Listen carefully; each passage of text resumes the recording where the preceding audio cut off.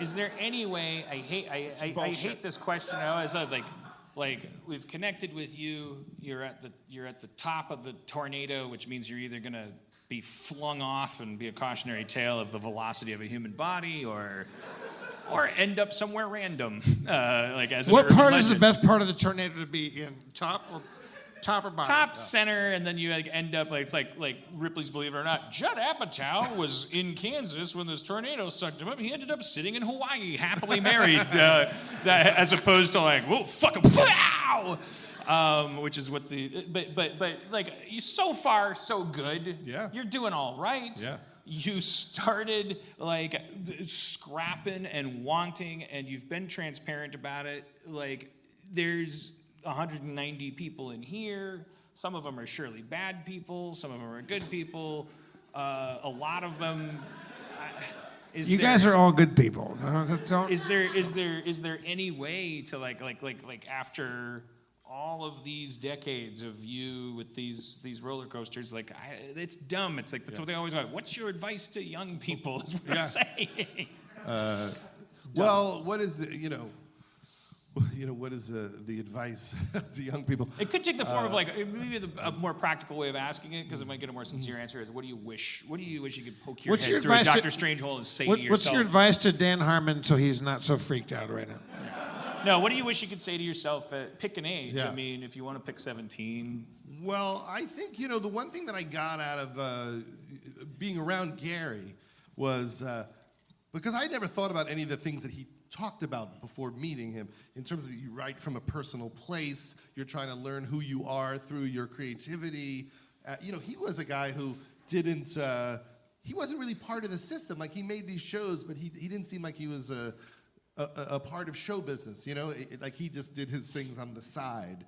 And he was almost like an independent filmmaker in doing his TV shows. And I think there's a lot to be said for caring that passionately about whatever you're doing, and being willing to dig deep. And then if you have something to say, people might connect with it. You can't really succeed if you're just trying to be a cog in the machine. You're really trying to figure out what you want to express to other people. And for me, in a very simple way, I think I'm over and over just trying to say, don't be an asshole, try to be nicer, try to grow. And that every movie is like a fucking idiot trying to be less of a fucking idiot, and that's all it is. And I'll think I'm reinventing the wheel, and I'll sit in a story meeting, and then by the end of the meeting, we've kind of cracked a story, and I'm like, yeah, it's just another version of that. And that's what it is. Do you notice that in your work? Like there's a common theme that no matter how hard you try to get away from it, you're landing on it again? No. What are your themes? Do you have any Judd, themes? Dealing with being brilliant. No, I think control is it's sort of like every episode of Community and Rick and Morty. Like, it's so easy for it to come around to, we're talking about control versus not control. Yeah. And it always makes me feel like, wait, are we doing this right or wrong? Is every story about the human ambition for control, or are we fucking up? Yeah. Are we just going back to a golf swing that is basically killing our shoulder? Like, are we supposed to be different than this? Are we supposed to be telling stories about fucking woo? Yeah. What happened to you that you're obsessed with the idea of control? This is a whole different show. Because I've never heard anyone talk about that as a theme, but I'm fascinated about how it works. Well, because I'm terrified of being a control freak. Like more so than it feels like I'm a control freak. I feel like control freaks worry about not having control, and I find myself waking up every day and going, I'm terrified I'm going to be a control freak. I see. But we don't have, come on.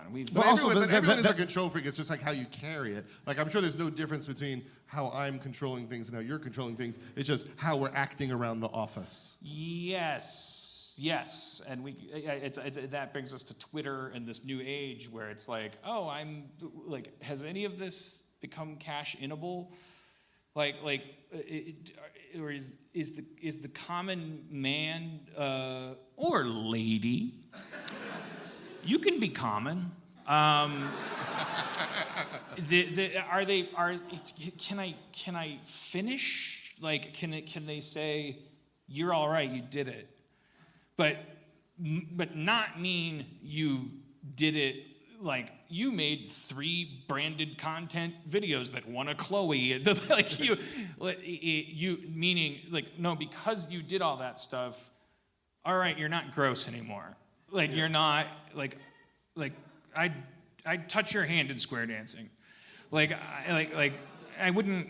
That's not saying I date you, but I wouldn't go to the cafeteria and say I can't believe I had to that getting a Phi Ed credit required touching that person. Yeah. Can you ever take the journey that would like? Can you undo that? Can you be less gross by making shit? That's interesting.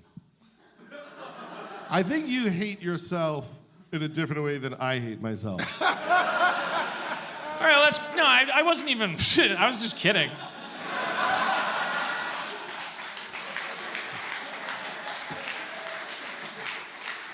I hope you come back sometime and... Can I ask, how much self-loathing goes into being a great show creator? Do you feel like a little bit of self-loathing is a part of what you make, Judd?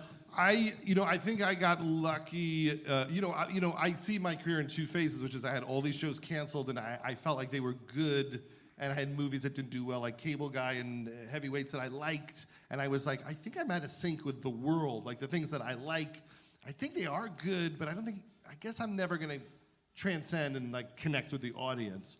And then I was lucky enough to meet Paul Feig, and we worked on Freaks and Geeks. And then when that was over, I had a very visceral sense that something magical had happened. Like, this is weird. Like, this came out exactly the way we wanted it to. Was it before the public reacted, or was it? It almost was disconnected from the reaction of the audience. It was just a personal feeling like, I think for me, this is as good as I can do.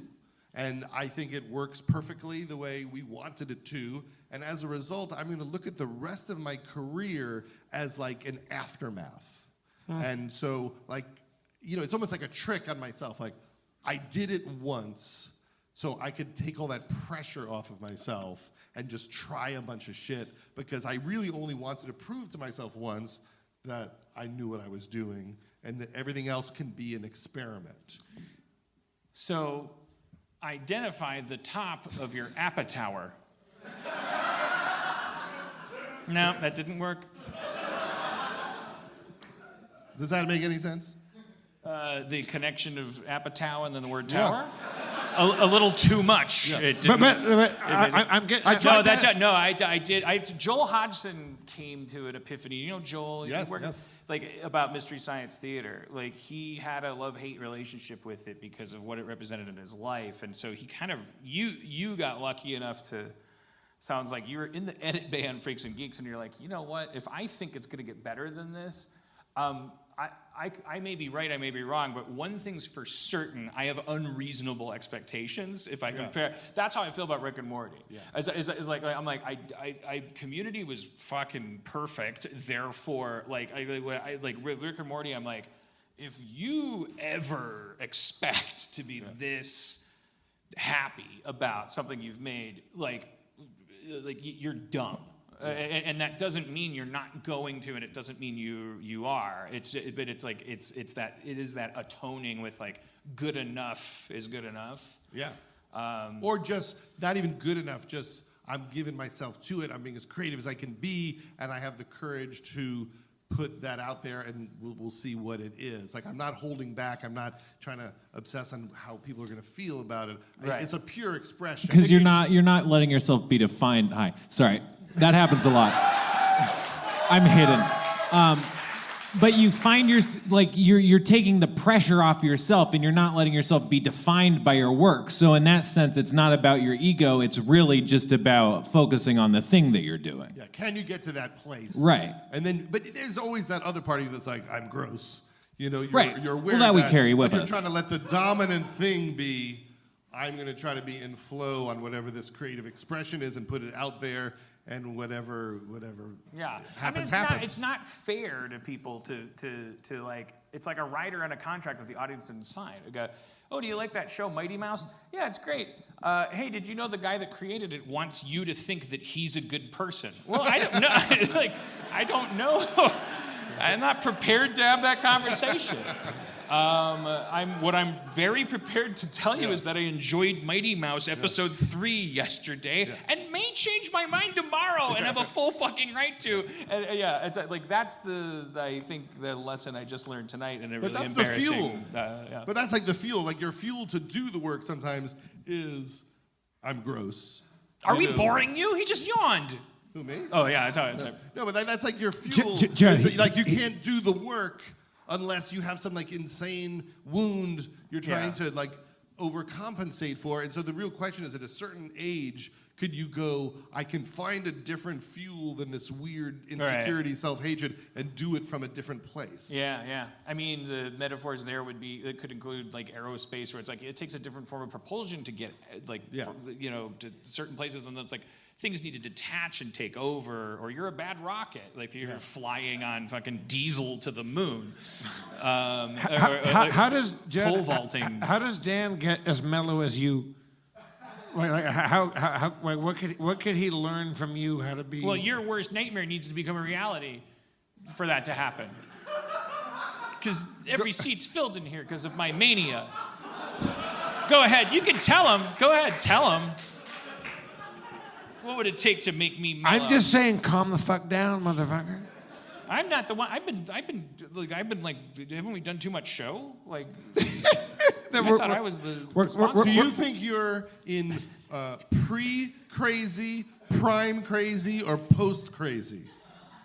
It's like right at the tip of the Apatow. Like I'm like I feel like I'm like right at the place, which isn't. It's like. My therapist said to me, she goes, I described the whole situation, 70 episodes, whatever. I walked her through the merch. I mentioned you 3 times in my GQ article. And she goes, so next is happiness, huh? And I go, yeah, for sure, pretty cool, right? And she's like, huh, well, this will be interesting. And I'm like, what's that about? And she goes, no. I'm saying it's going to be interesting because you're an archetype, and about half of you, that's true. Now you become happy, and now you just grow to your randomly allotted age, and you just die with a smile on your face, or with a look of shock because maybe it's a bus. But the other half, to the point where you could flip a coin, and she's like very convincing. I don't know if maybe she's bullshitting with this stuff, but she makes it sound like science. She's like, the archetype you are in the situation you're in, the half of you, now you die.